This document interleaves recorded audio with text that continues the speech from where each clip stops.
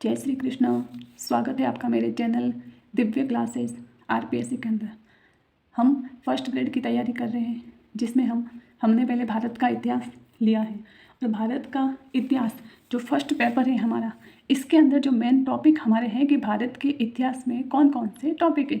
तो ये हमारा सिलेबस है फर्स्ट पेपर जीके का, जिसके अंदर भारत का इतिहास, इसमें 1857 की क्रांति, राष्ट्रवाद का विकास 1858 से 1919, जन राष्ट्रवाद का विकास 1919 से 1942, क्रांतिकारी गतिविधियाँ, स्वतंत्रता और विभाजन की ओर, सामाजिक धार्मिक पुनर्जागरण और भारत के राष्ट्रवादी नेता, जिसके अंदर ये मुख्य नेता दिए हुए हैं, और राष्ट्रीय आंदोलन में प्रमुख योगदान, जिसमें महात्मा गांधी, नेहरू, सरदार पटेल, मौलाना आजाद और BR अम्बेडकर। ये भारतीय इतिहास का पूरा चैप्टर है, सिलेबस है हमारे फर्स्ट पेपर में, जो हम शुरू करने जा रहे हैं। तो आज हमने लिया है पहला टॉपिक 1857 की क्रांति। शॉर्ट नोट्स हम बनाएंगे 1857 की क्रांति से संबंधित। तो चलो शुरू करते हैं हम 1857 की क्रांति हमारा टॉपिक। ये हमारा पहला टॉपिक है 1857 की क्रांति। हमने शॉर्ट्स नोट बनाए हैं जो हमारे जल्दी से पूरा हमारे चैप्टर हो जाए। देखो शुरू करते हैं। 1857 से पूर्व होने वाले आंदोलन कौन कौन से? वेल्लोर विद्रोह 1806, बैरकपुर 1824, फिरोजपुर 1842 और 34वीं रेजिमेंट, 1850 में 66वीं NI और 1852 में 38वीं नेटिव इन्फेंट्री का विद्रोह। ये जो 4 विद्रोह हैं हमें याद रखने हैं, जो 1857 की क्रांति से पूर्व होने वाले विद्रोह हैं। वेल्लोर, बैरकपुर, फिरोजपुर और 64वीं नेटिव इन्फेंट्री 1850 में और 38वीं नेटिव इन्फेंट्री 1852 में। अब देखो हम शुरू करते हैं 1857 की क्रांति के कारणों से, कि 1857 की क्रांति किस कारण से हुई थी। सबसे पहला कारण हमारा राजनीतिक कारण। पहला कारण है राजनीतिक कारण, लॉर्ड वेलेस्ली की सहायक संधि। पहला कारण लॉर्ड वेलेस्ली की सहायक संधि सर्वप्रथम सन 1798 हैदराबाद के निज़ाम अली ने की थी। जो सहायक संधि है वो किसने शुरू की थी? लॉर्ड वेलेस्ली ने शुरू की थी। और सर्वप्रथम जो सहायक संधि की थी वो हैदराबाद के निज़ाम अली ने की थी सन 1798। अब देखो इसके बाद और भी बहुत सारी रियासतें थी जिन्होंने सहायक संधि के दौरान संधि की थी वेलेस्ली के साथ। तो इसमें हम याद करते हैं। इसके बाद मैसूर 1799 ईस्वी और शासक था कृष्ण राय। तंजौर 1799 ईस्वी, सरफरोजी सेकेंड। देखो मैसूर में 2 मात्रा, तंजौर में 2 मात्रा, तो दोनों 1799 में है। फिर अवध 1801 शहादत अली, अवध 1801 ईस्वी शहादत अली। पेशवा 1802 ईस्वी में बाजीराव द्वितीय, पेशवा में 1802 ईस्वी बाजीराव द्वितीय। भोसले 1803 रघुजी भोसले। सिंधिया 1803 दौलतराव सिंधिया। ये वेलेस्ली की सहायक संधि के दौरान जो रियासतें थी इन्होंने संधि की थी। तो मैसूर, तंजौर, अवध, पेशवा, भोसले और सिंधिया। अब देखो नोट्स हैं। 1853 ईस्वी में डलहौजी ने हैदराबाद से बरार प्रदेश छीन लिया। तो ये प्रश्न भी बन सकता है कि हैदराबाद से कौन सा प्रदेश छीना गया था? तो बरार प्रदेश छीना गया था। ये हमारा हो गया 1857 की क्रांति से पूर्व के आंदोलन, वेल्लोर, बैरकपुर, फिरोजपुर। ये फिर क्रांति का पहला कारण राजनीतिक कारण, जिसमें लॉर्ड वेलेस्ली की सहायक संधि सर्वप्रथम हैदराबाद के निज़ाम अली ने की 1798। फिर अन्य रियासतों ने यह संधि स्वीकार की थी। दूसरा कारण डलहौजी की व्यापक नीति, गोद निषेध नीति या डॉक्ट्रिन ऑफ लैप्स, जिसे दयावसान नीति भी कहते हैं। इसके नाम अन्य कौन कौन से? व्यापक नीति, गोद निषेध नीति, डॉक्ट्रिन ऑफ लैप्स, दयावसान नीति डलहौजी ने शुरू की। इस नीति के तहत हड़पी गई रियासतें, कौन सी रियासतें थी जो हड़प ली गई थी?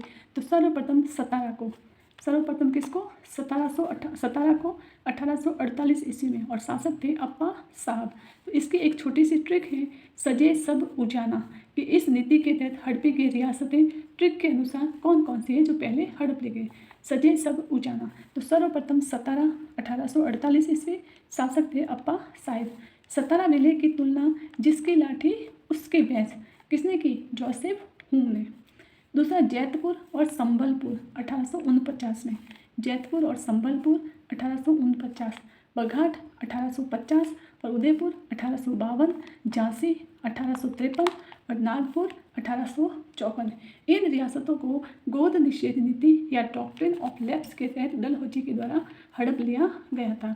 झांसी के समय ब्रिटिश एजेंट थे मेजर एलिस। झांसी के ब्रिटिश एजेंट कौन थे? Major Ellis. एकमात्र रियासत करौली जिसे डलहौजी ने हड़पना चाहा, परंतु कोर्ट ऑफ डायरेक्टर्स ने मना कर दिया, क्योंकि ये तो मित्र राज्य है हमारा। कौन सी रियासत थी? करौली, जिसका जिक्र कोर्ट ऑफ डायरेक्टर में किया गया। एकमात्र रियासत अवध, जिसे कुशासन का आरोप लगाकर हड़प लिया गया।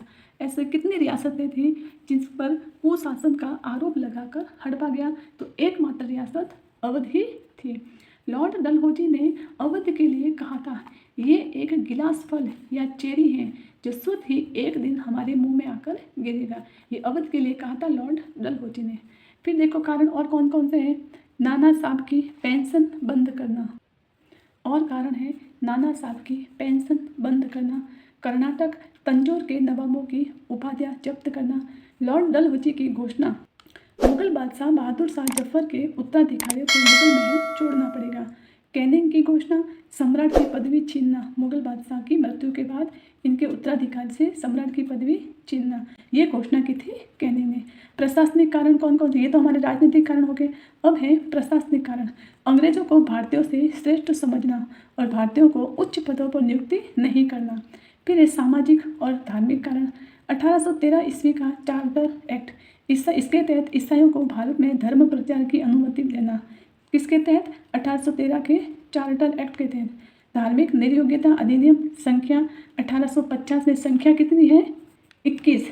संख्या 21 थी। कितनी संख्या थी? धार्मिक निर्योग्यता अधिनियम संख्या 21 और 1850। इसके तहत ये डलहौजी के समय, और डलहौजी ने घोषणा की कि ईसाई धर्म अपनाने वालों की पैतृक संपत्ति नहीं छीनी जाएगी। धार्मिक निर्योग्यता अधिनियम संख्या 21 1850 डलहौजी के समय। फिर है सामान्य सेवा भर्ती अधिनियम, जो 1856 लॉर्ड कैनिंग के तहत। सामान्य सेवा भर्ती अधिनियम 1856 लॉर्ड कैनिंग। इसके तहत नए रंग रूटों को समुद्र पार सेवा देनी पड़ती थी, जो भारतीयों के लिए अच्छा नहीं था।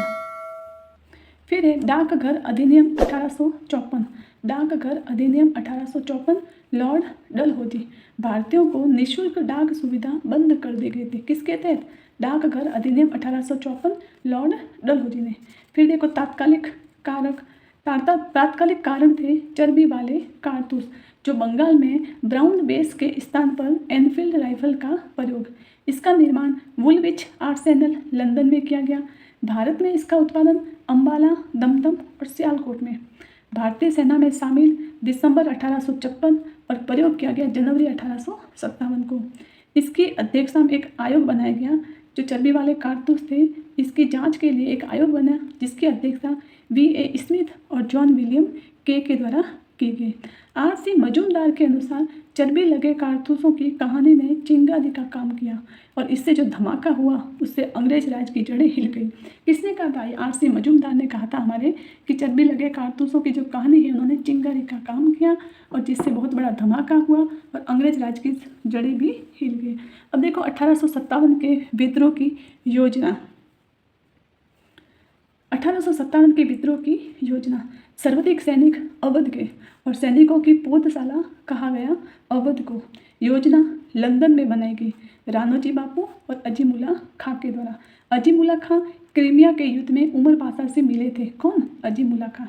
दिनांक कौन से तय हुई? 31 मई 1857 ईस्वी। प्रतीक कमल का फूल और रोटी। भारत के गवर्नर जनरल 1857 के विद्रोह के समय लॉर्ड कैनिंग। ब्रिटिश प्रधानमंत्री लॉर्ड पाल्मरस्टोन, जिनका पूरा नाम हेनरी जॉन टेम्पल। ब्रिटिश सेनापति 1857 के समय कौन कौन से ब्रिटिश सेनापति थे? सबसे पहले मेजर जनरल जॉर्ज एनसन, फिर पैट्रिक ग्रांट, फिर कॉलिन कैंपबेल। सबसे पहले एनसन, फिर पैट्रिक ग्रांट और फिर कॉलिन कैंपबेल। सर्वप्रथम विद्रोह बैरकपुर छावनी में हुआ। सर्वप्रथम विद्रोह का हुआ बैरकपुर छावनी। 29 मार्च 1857 मंगल पांडे 34वीं NI रेजिमेंट के सिपाही लेफ्टिनेंट बाघ और सार्जेंट मेजर हुसैन की हत्या कमांडिंग ऑफिसर 34वीं NI के जॉन बेनेट हियर से। कौन थे? जॉन बेनेट हियर से 34वीं NI के कमांडर ऑफिसर थे। मंगल पांडे को फांसी दी गई 8 अप्रैल 1857 और उनके साथी थे ईश्वरी पांडे। मंगल पांडे को आतताई कहा? किसने कहा था मंगल पांडे को आतताई? तो जॉन विलियम के ने। तो ये हो गया हमारे बैरकपुर छावनी। 29 मार्च 1857 मंगल पांडे 34वीं नेटिव इन्फेंट्री के सिपाही थे। किनकी हत्या की? लेफ्टिनेंट बाग और सार्जेंट मेजर हुसैन की हत्या की थी। कमांडिंग ऑफिसर कौन था? जॉन बेनेट हियर से। तो मंगल पांडे को फांसी कब दी गई? 8 अप्रैल 1857 को। इनके साथी थे ईश्वरी पांडे। अब आगे हमारा मेरठ छावनी। मेरठ छावनी में विद्रोह 10 मई 1857 और 10 मई 1857 मेरठ छावनी 20वीं नेटिव इन्फेंट्री के पैदल सैनिक कौन थे? पैदल सैनिक थे 20वीं नेटिव इन्फेंट्री के। जनरल कौन था? हेविट। मेरठ में कौन था? हेविट। और सैनिक 11 मई को दिल्ली रवाना हुए। तो सुरेंद्र नाथ सेन ने कहा था कि मेरठ का विद्रोह गर्मी की आंधी की भांति अचानक और अल्पकालीन था। मेरठ का विद्रोह गर्मी की आंधी की भांति अचानक अल्पकालीन था, ये कहा था सुरेंद्र नाथ सेन ने मेरठ छावनी में। ये कब हुआ था? 10 मई 1857। 20वीं नेटिव इन्फेंट्री के पैदल सैनिकों ने किया था। जनरल थे अंग्रेजी हेविट और सैनिक 11 मई को दिल्ली रवाना हो गए। 11 मई को सैनिक दिल्ली की ओर रवाना हुए मेरठ के, फिर दिल्ली पहुंचे। 12 मई दिल्ली पर अधिकार कर दिया। सैनिकों ने 12 मई को दिल्ली पर अधिकार कर दिया। बहादुर शाह द्वितीय को विद्रोह का नेता या भारत का बादशाह घोषित किया। तो सबसे पहले सेनापति शहजादा जहीरुद्दीन मिर्जा मुगल के नाम से और बाद में इनका प्रधान सेनापति बखत खां को बनाया गया। अंग्रेजी सेना के अधिकारी थे निकलसन और हडसन। निकलसन निकल गया था, यानी दिल्ली में विद्रोह के समय निकलसन मारा गया था, हडसन जिंदा बचा था। अंग्रेज़ों का दिल्ली पर अधिकार हुआ 20 सितंबर 1857 को। अंग्रेज़ों ने दिल्ली पर अधिकार कब किया? 20 सितंबर 1857 को। बहादुर शाह द्वितीय को हडसन ने हुमायूं के मकबरे से गिरफ्तार कर दिया और उनको रंगून निर्वोचित किया गया। बहादुर शाह जफर की मृत्यु 7 नवंबर 1862 रंगून में हुई। अंग्रेज़ों ने इनके 2 पुत्रों और एक पुत्र मिर्जा अबू बकर की गोली मारकर हत्या कर दी। बहादुर शाह जफर का अकबर नवीस चुन्नीलाल था। ये हो गया दिल्ली। दिल्ली पर अधिकार हुआ 12 मई को। दिल्ली पर अधिकार बहादुर शाह द्वितीय को भारत का बादशाह घोषित, सेनापति प्रधान सेनापति बखत खां को बनाया। अंग्रेज़ों का दिल्ली पर अधिकार 20 सितंबर 1857। अंग्रेज अधिकारी निकलसन निकल गए। हडसन ने बहादुर शाह को गिरफ्तार किया और बहादुर शाह को रंगून निर्वोचित कर दिया, जहां पर 7 नवंबर 1862 को इनकी मृत्यु होगी। अब है झांसी में विद्रोह। झांसी में विद्रोह कब हुआ? 4 जून 1857। रानी लक्ष्मीबाई। अंग्रेज अधिकारी जनरल हुरोज। मार्च 1858 को झांसी पर अंग्रेज़ों का अधिकार और रानी लक्ष्मीबाई की मृत्यु 17 जून 1858 सेना से लड़ते हुए। रानी लक्ष्मीबाई की मृत्यु 17 जून 1858 को सेना से लड़ते हुए हो गई। रानी लक्ष्मीबाई कालपी से ग्वालियर चली गई, जहाँ इनकी मृत्यु हुई तथा इनकी समाधि बनी हुई है। रानी लक्ष्मीबाई की समाधि ग्वालियर में। महल परी कहलाती रानी लक्ष्मीबाई। खल्क खुदा का मुल्क बादशाह का हुक्म रानी का ये जो दोहा है या जो नारा है वह संबंधित है झांसी से। भारतीय क्रांतिकारियों में यहाँ सोई हुई अकेली मर्द है। रानी लक्ष्मीबाई के बारे में ये कहा था जनरल हुरोज ने। आज के लिए हमने इतना ही पढ़ा है। कल आगे का सेकंड भाग आएगा, जिसमें हम 1857 की क्रांति को पूरा कर देंगे। ठीक है, अगर आपको मेरा वीडियो पसंद आया हो तो प्लीज़ मेरे वीडियो को लाइक कीजिए और इसमें कुछ सुधार भी करना हो तो आप मुझे कमेंट कीजिए। जय श्री कृष्ण।